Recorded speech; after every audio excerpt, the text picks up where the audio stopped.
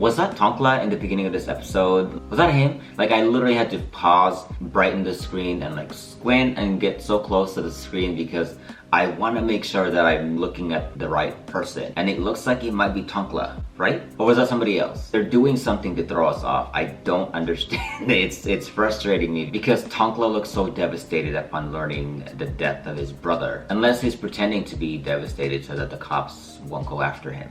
Right? But if it was Tonkla who ended his brother, I wonder if the police or the investigators had any suspicions as to who might have done it. Maybe he's still being considered as a suspect. That's why the cop or the investigator seems to be befriending him or staying close to him and hoping that they get more clues to ultimately resolve this murder case. But if it was really Tonkla that did it, what is the motive? And it was interesting that he didn't really do a proper disposal of the weapon, the rock that was used to commit this crime. I mean, I'm no expert in that, but you would think that he would at least throw the rock into the water to wash off the blood and maybe even the fingerprints. But no, he just kind of threw it there and just left it for the investigators to find. But what if that beginning scene didn't happen by the lake? What if that scene happened somewhere else, And what if that really wasn't Tonkla that committed that crime? They're really trying to throw people off, and it's working because I am confused and I don't really know what's happening.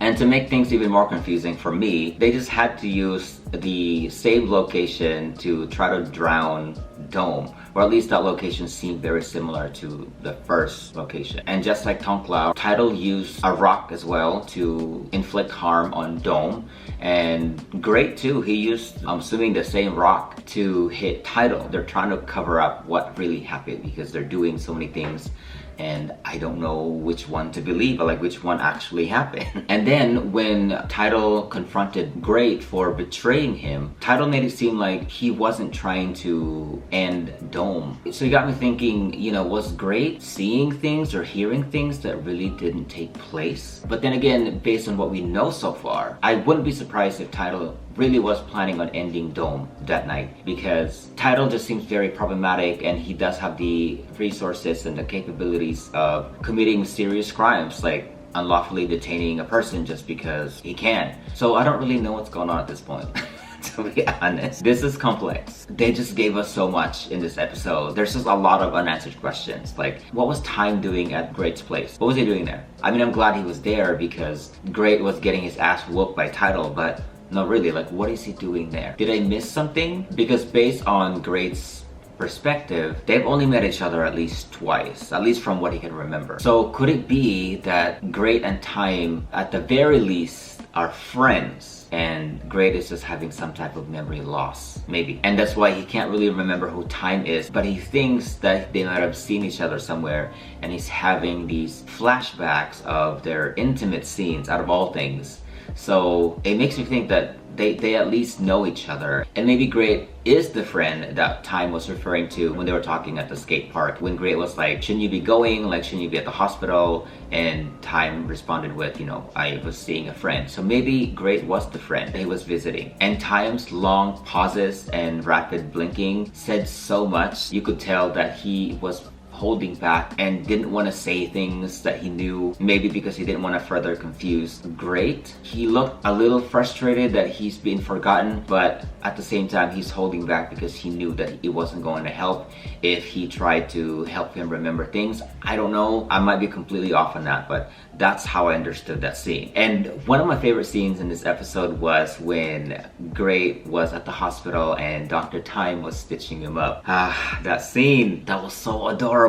Right before he went up to go see Great, Dr. Tyme made sure that his hair was fixed, he's flexing his muscles, he tucked in his scrubs. Like, that man looks good in anything, but especially in scrubs tucked in. If we had a doctor that looked like that in our hospital, like, we would not get anything done. We would just be staring at him the entire time. So he really made sure that he looked good and the fit was just fitting right, not realizing that somebody was watching. He really insisted on seeing Great. This particular patient has to be mine, not the interns, he has to be me. And he was willing to fight the nurses for it. He grabs the chart and then he goes up to him really close, no boundaries whatsoever, just gets up in there in between his legs and assesses his wound. Even Great was caught off guard. He was like, what the heck? Why are you up so close to me? This whole exchange was hilarious. Just seeing making Great look super nervous, all tense up, and having all these flashbacks, full on panicking. I've never seen Bible in this role, and he plays this role so well. I love it because I'm so used to seeing him as the aggressor, as Vegas obviously on Kinporsh, but here he plays a completely different character where he's more subdued in some respect. He plays this role so well. And that camera work, I see what you're doing there. When he was stitching him up, like the camera just kind of pans down to the good area. So I was like, stay there, stay there. This series is playing with me. Tyme seems to know a lot that he's not trying to tell us, or not trying to tell Great. And Great seems like he's really forgotten about Tyme, and he even asked him for his name. And Tyme's expression when he asked him that, he had that look like, you really forgot about me? But I'm loving this exchange. I've always wondered, when I first heard about their pair up, I wondered what their chemistry was going to be like, how they're going to be interacting with each other.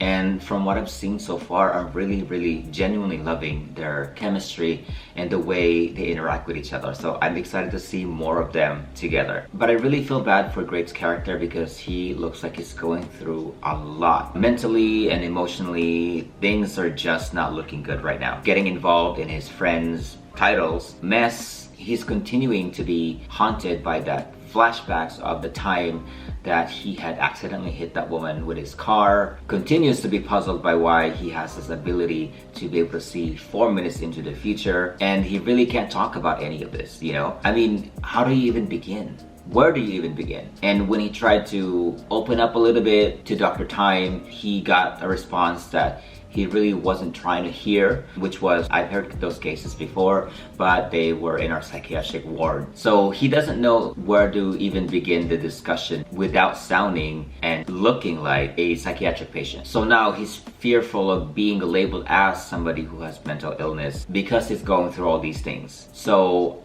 I think he's just trying to keep it all to himself, which is sad but understandable. You know, it is a scary thought that people would see you as having mental issues because of the stigma that surrounds this particular illness. So for him, it's just better if he just kind of keeps it to himself for now. And I totally understand that choice. It's not the best choice, but for him, for now, it's the safest. They gave us so much in this episode. I was having trouble kind of gathering my thoughts and organizing my thoughts because there's just so many different things that's happening that felt like a distraction to what actually is happening, you know? Again, like, what's up with that opening scene? Was that Tongkla? Was it not? And who was on the receiving end of that brutality? By the way, I noticed that the opening of the first 2 episodes both started with somebody getting seriously hurt. So I wonder if that's gonna be the running theme, or I wonder if those 2 crimes were somehow connected. I'm not entirely sure if those actually even happened. Who knows? But I just noticed that both episodes 1 and 2 started with somebody pretty much dying. I have a feeling that those things are just placed there to throw us off and distract us from what actually is happening. Maybe. But I am watching Tongkla though, because Tongkla just seems very sketchy to me. He seems very volatile, and I can't pinpoint exactly how I feel about him just yet, but I'm watching him. So is the girl that works at that gambling place. She looks like she's up to something, and it looks like she may be working with, I think, Tyme, and I was not expecting that ending. He was the last person I was expecting to be there, you know. What is he doing there? Was that really Tyme? How is he involved in all these things? But then looking back now, if he really is somehow connected to this syndicate, this online gambling or whatever it is, I don't know if he's trying to take him down, or I don't know if he's trying to expose them, but what would be his motives. But if he is somehow involved in this, it would make sense what happened to him in the beginning of the first episode, where they went after him and, you know, wanted to end him. But I don't know how he ended up getting involved in this. But then again, if he really knows Great, then it would make sense how he would be connected or get involved somehow in this business. Maybe. I don't know. This episode just confused the hell out of me, if you can't tell. And Kon looks like he's not doing well. This role, this new role that he's assumed from his dad, or that has been assigned to him, has been stressing him the hell out. And the bosses are not pleased with him. And his uncle, I'm assuming he's blood related because this is a family business. His uncle had a talk with him and told him that he had to clean up his mess and that he still had a lot of things to learn. So needless to say, Kon is in a lot of pressure, and all these expectations that has been placed on him have taken a toll on him and on his relationship with Tongkla, it seems. And Kon just looks really serious and irritable in this episode, especially when you compare it to how he was in the first episode.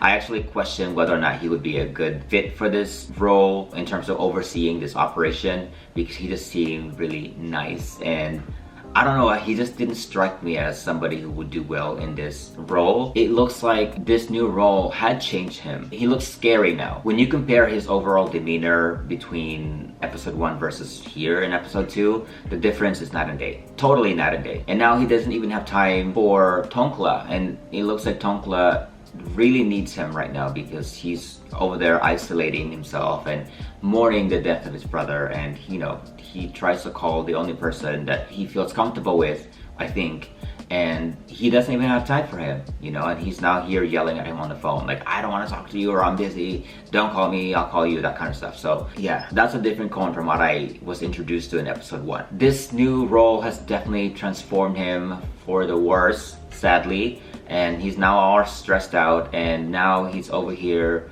messing around with his, I think his cousin. I could be wrong. Let me know. But anyway, what do you think of this episode? Any particular scenes that stood out to you? If you had any insights or any answers to some of my confusions, if you can help me clarify certain things that confused the hell out of me, feel free to comment down below, because as you know me, it's hard for me to follow things. Thank you so much for being here, and thank you for your time. That is it for us today. Before you go, don't forget to like this video, subscribe to the channel, and don't forget to hit that notification bell so you won't miss my next video. Until then, I will see you later.